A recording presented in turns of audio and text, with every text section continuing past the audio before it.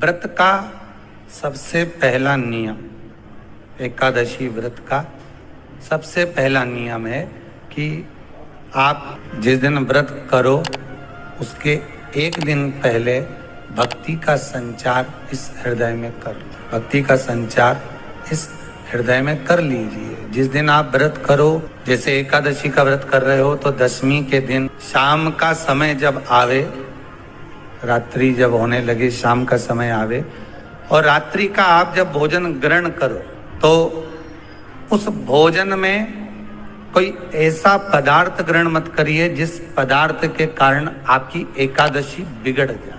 एकादशी का दूसरा नियम बहुत ध्यान से सुनिएगा। जिस दिन आपकी एकादशी का व्रत हो उस दिन प्रयास करिएगा कि अपने हाथ से किसी भी वृक्ष की कोई पत्ती टूटे ना। अपने हाथ से किसी भी वृक्ष की, पौधे की, किसी भी वृक्ष की पत्ती अपने हाथ से ना टूटे। बहुत ध्यान दीजिएगा महाराज।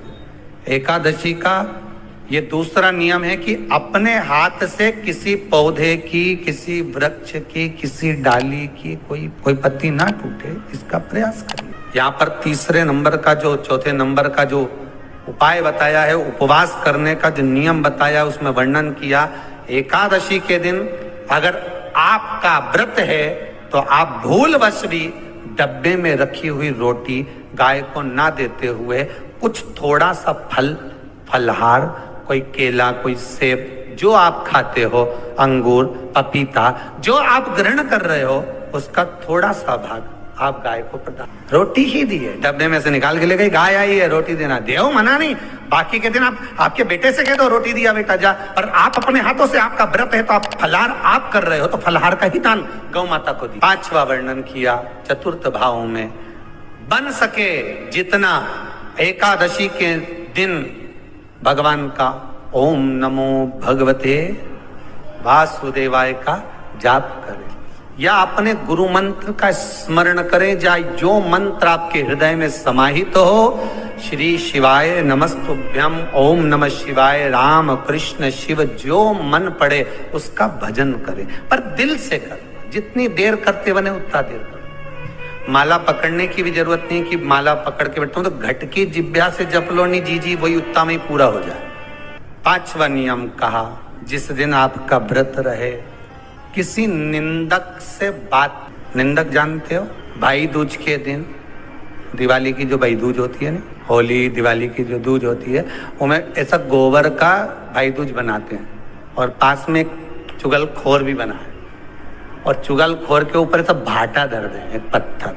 अब तुम्हारे उधर रखे कि नहीं रखे हमें नहीं मालूम रहे हो, जितने आस्था पे सुन रहे हो, पर हमारे इधर तो ऐसा रहता है, गोबर का भाई बहन बनाए और उसकी पूजन करे, उसके पास में एक गोबर का चुगल चोर भी बनाया, उसके ऊपर बाटा धर। कथा वर्णन कर रही है, निंदक से बात ना करे।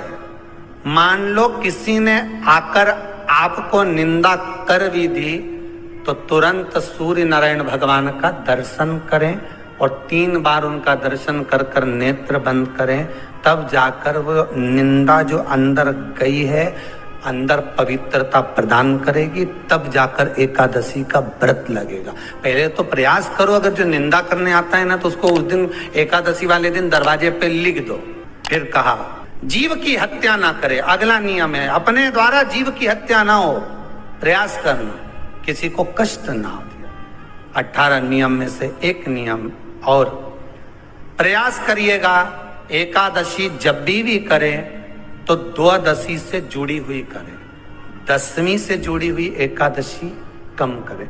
जो वैष्णवों की एकादशी कौन सी होती है? जो एकादशी द्वादशी से जुड़ी हो, दशमी से नहीं। दशमी से जुड़ी हुई एकादशी व्रत कहलाती है, द्वादशी से जुड़ी हुई एकादशी पुण्य फल प्रदान कर कर वैष्णवों को भगवान के चरण में छोड़ आती है, इसलिए एकादशी द्वादशी से जुड़ी हुई। फिर अगला वर्णन किया गया महाराज, शास्त्र कहता है, अगला वर्णन जो किया गया उसमें बताया, प्रयास करें जिस दिन एकादशी हो उस दिन घर में बुआरी झाड़ू आदि जो लगती है वो दूसरा लगा। क्यों? उसका वर्णन है, अगर आप बुआरी लगाएंगे, झाड़ू लगाएंगे, पोछा लगाएंगे तो हो सकता है कोई जीव आपके हाथ के द्वारा मर जाए। सारे व्रतों में केवल एक व्रत ऐसा होता है एकादशी का, जिसका उद्यापन पहली एकादशी पर भी कर सकते। सारे उद्यापन में केवल एक उद्यापन ऐसा होता है, सारे व्रतों में एक व्रत का उद्यापन ऐसा होता है, वो है एकादशी का। ये जरूरी नहीं कि 26 पूरी होगी तभी तुम करोगे, या तो पहली में ही कर लो या फिर 26 पूरी हो तब कर। पर उद्यापन, अगर तुमको ऐसा लगे कि हाँ मैं अभी तो जीऊंगी हो, अभी तुम्हारा बाल भी धोला नहीं हुआ, तुमको ऐसा लगे तो अभी तो मैं तो बढ़िया, तो पहली पर करने से क्या फल मिलेगा? तो एकादशी की नियमावली कहती है, अगर मान लो आपने पहली एकादशी पर भी उद्यापन कर लिया, इसके बाद में जितनी एकादशी करोगे वो सारी तुम्हारे खाते में जुड़ती जाएगी। मतलब बैंक में खाता खोल लो, ठीक है, खाता खोल लिया, अब जितना कमाता जाओगा उसमें डालते जाओ, जितनी कमाई करके लाओगे उसमें जमा करते जाओ। एकादशी एक बार उद्यापन पहले में भी हो गया तो बाकी का पुण्य तुम्हारे खाते में आ जाए। एकादशी का उद्यापन बड़े महीने में माघ शुक्ल एकादशी के दिन, माघ का महीना हो, शुक्ल पक्ष की, जम के बोलिए, एकादशी हो, प्रयास करना कि आप उद्यापन करें, भले 5, 10, 11, 12 जितनी एकादशी हो जाए, 26 हो जाए तो ज्यादा अच्छी है, नहीं तो आप करें तो माघ महीने की शुक्ल पक्ष की एकादशी के दिन आप उद्यापन करें, प्रयास करें। बड़े महीने के अंतर्गत जो उद्यापन, हाँ चतुर्मास के अंतर्गत उद्यापन नहीं होता एकादशी का, बहुत ध्यान दीजिएगा। सावन भादो कुंवर कार्तिक जो 4 महीना होते हैं भगवान के शयन करने के, इसके अंतर्गत एकादशी का उद्यापन नहीं होता, और इसके अंतर्गत उद्यापन करना भी नहीं चाहिए एकादशी। एकादशी का उद्यापन माघ महीने की शुक्ल पक्ष की एकादशी के दिन आप बहुत प्रेम से आनंद के साथ करिए महाराज। परंतु एकादशी के उद्यापन में सबसे ज्यादा अगर कुछ जरूरी होता है तो 24 तरह का नैवेद्य जरूरी होता है। कितने तरह का? 24 तरह का नैवेद्य। अब आप कहोगे गुरुजी उद्यापन हम कर रहे हैं एकादशी का, तो उसमें तो फलहार का हमें नैवेद्य बनाना चाहिए, तो फिर ये पुराण के अंतर्गत स्कंद पुराण में ये चीज लिखी है कि एकादशी का जब उद्यापन करते हैं तो 24 तरह का नैवेद्य बनाकर सिद्ध करते हैं। 24 तरह का नैवेद्य जान रख लेना, हलवा बना लो, खीर बना लो, पूड़ी बना लो, सब्जी बना लो, पकौड़ा बना लो, भजिया बना लो, ऐसे 24 तरह का नैवेद्य अलग अलग चाहिए। पर लोग क्या करते हैं, खोपरा पाक बनवा लेते हैं 1-2 किलो और 24 जगह रख देते हैं। 24 तरह का नैवेद्य रख। एकादशी के दिन भगवान का पूजन का पूरी तैयारी कर कर, मंडल आदि बनवाकर, विद्वान ब्राह्मण को बुलाकर, कर्मकांडी ब्राह्मण को बुलाकर, जो भगवत सेवा में एकादशी का उद्यापन कराए, उन ब्राह्मण के चरणों को नमन कर कर, प्रणाम कर कर एकादशी का पूजन करवाइए, और उस मंडल की पूजन कराकर हवन द्वादशी को कराइए। जितने आस्था चैनल पर कथा सुन रहे हो, जितने फेसबुक और यूट्यूब पर सुन रहे हो, बहुत सावधानी से सुनना। 2 बार पशुपति व्रत कर लिए, आपने ये कर लिया, आपने प्रदोष कर लिया, आपने सोमवार कर लिया, आपने सारे अनुष्ठान कर लिए, बहुत सारे उपाय भी करे, तो शुक्रवार के दिन अगर शंकर के मंदिर में जल चढ़ाया जाए तो नारी का अखंड सौभाग्य होता है। शिव महापुराण में, स्कंद पुराण में, नर्मदा पुराण में, भविष्य पुराण में, अग्नि पुराण में, नारद पुराण में, बरहा पुराण में, वामन पुराण में जितनी चीजें लिखी गई है, एक एक प्रैक्टिकल कर कर देखो। भगवान थोड़ी ना कहेगा कि तू मेरे पास में आए तो मैं चरण की लेकर जा, भगवान थोड़ी ना कहेगा कि मेरे पास में आकर तू ये लेकर जा, भगवान तो कहेगा मेरे पास में आया है, मांगना कुछ मत, बस मुझे जो स्नान कराया है मेरा चरणोदक लेकर जा, छीट दे पूरे घर में, संपदा भरना मेरा काम है। जहां मेरी चरण की रज पहुंच गई वहां संपदा स्वतः पहुंच गई। जितने लोग टीवी पर कथा सुन रहे हो, फेसबुक यूट्यूब पर श्रवण कर रहे हो, आपने भी सुना होगा घर की जो माताएं होती है, तो शिव महापुराण स्कंद पुराण का यह भाव याद करिए कि 1 लोटे पानी में इत्र मिलाकर, जल में इत्र मिलाकर, बहुत रोगीला व्यक्ति, बहुत बीमार व्यक्ति है, 1 लोटा पानी उसका हाथ का स्पर्श कराकर शंकर को चढ़ाना प्रारंभ कर दीजिए। महाराज केवल 5 या 7 दिन चढ़ाओ, और वो 7 दिन के बाद में उस बीमार व्यक्ति का क्रम देखिए कि उसमें कितना आराम लगा है। औषधि दवाई काम करना प्रारंभ करी कि ना, मैं वहां पहुंच जाता हूँ तो चरणों तक ले जा। पर लोग ले जाते हैं, पूजन करते, कलश भी उड़ेलते, जल भी चढ़ाते, पर आते समय खाली लेकर आ जाते। भगवान को इतना बुरा लगता, मेरे दरवाजे से खाली जाए मुझे कितना बुरा लगेगा। जो आए वो भर कर जाए, भले 2 बूंद लेकर आओ, पर उसमें चरणों तक थोड़ा सा लेकर अवश्य। हमारी माताएं बड़ी प्रेम से कहती हैं आप लोगों के मन में भी ये बात जरूर होगा, 3 तरह का जल शिव को समर्पित होता है। जितने लोग टीवी पर कथा सुन रहे हो, फेसबुक यूट्यूब पर श्रवण कर रहे हो, आपने भी सुना होगा, घर की जो माताएं होती है, कभी भी घर का रसोई घर का बर्तन जिसमें सब्जी बनाई है, 50 लोग अगर जिम में आ रहे हैं और कह दिया आज का निमंत्रण है, 50 लोगों का पार्टी है, ये है वो है, सुहागिल है या ब्राह्मण भोज है, तो वो जो खीर का पात्र होगा, जो बर्तन होगा, जो सब्जी का पात्र होगा, माँ उसको खाली जल्दी नहीं करती है। भले उसमें सब्जी थोड़ी ना थोड़ी पड़ी रहने देगी, जब तक सब जिम कर नहीं चले जाएंगे तब तक उसमें पटक कर रखेगी। क्यों? क्योंकि उसमें उसकी बरकत है। उसी तरह जल चढ़ाने के बाद हम जब लेकर आते हैं पात्र के अंदर, ये उसमें उसकी बरकत है।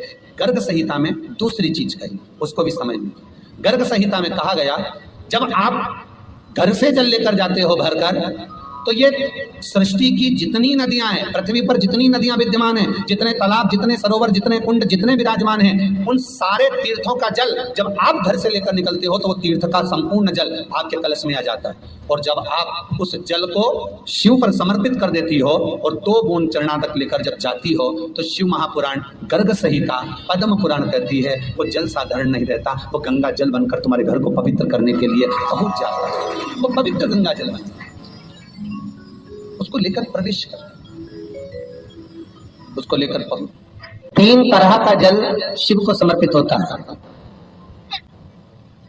और वो तीनों तरह के जल का अलग अलग भाव है महाराज। पहला जल सादा, घर से पानी लेकर गए, जल लेकर गए, शंकर को चढ़ाया, वो हमने घर का अपना एड्रेस बता दिया, भगवान शिव को जल चढ़ाकर अपने आनंद के लिए शंकर से कुछ प्राप्त कर लिया। दूसरा जल, जल के कलश में थोड़ा सा इत्र डालकर शंकर को जब समर्पित करते हैं, तो महाराज घर में अगर कोई व्यक्ति बहुत रोगीला है, बहुत रोगीला, केवल इत्र समर्पित, इत्र का जल, तो पहला जल सादा, दूसरा जल है इत्र का, और महाराज तीसरा जल जो शिव महापुराण के अंतर्गत कहा गया है बेल पत्र का जल। तीसरा जो जल है वो बेलपत्र का जल। बेलपत्र का जल कैसा?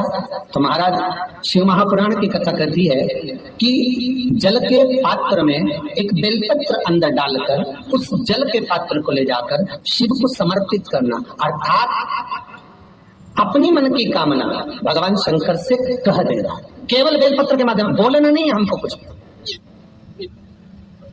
हमें कुछ कहना नहीं है।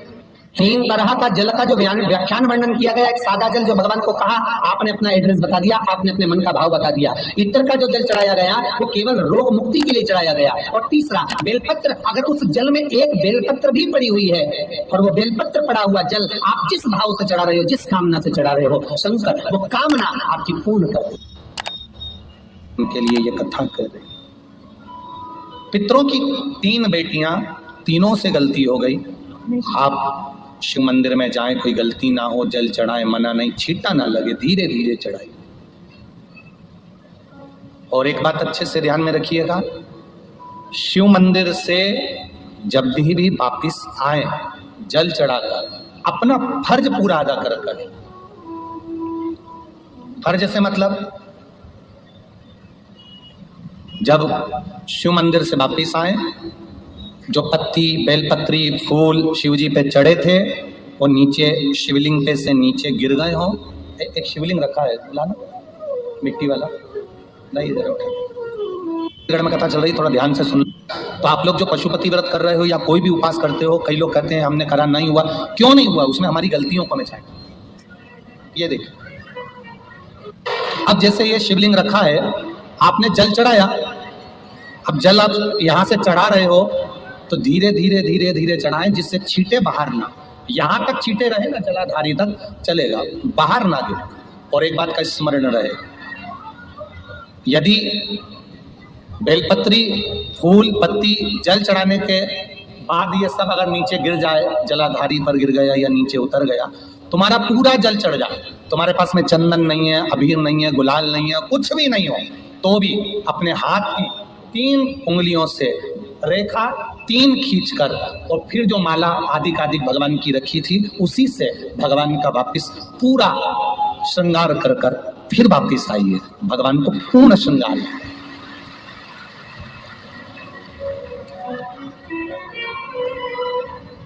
भगवान का पूर्ण श्रृंगार कर कर आइए। कई लोग जल चढ़ाने के बाद में भगवान का जो फूल पत्ती नीचे रखी रहती है, हम ये नहीं कह रहे कि आप अपने घर से लेकर जाओ, आपके पास में कुछ नहीं, एक लोटा जल चढ़ाओ, जल चढ़ाया, जो फूल पत्ती नीचे रखी हुई है उसी को उठाकर उसको रखकर उसी फूल से भगवान का खूब सुंदर भगवान का कर कर फिर आइए।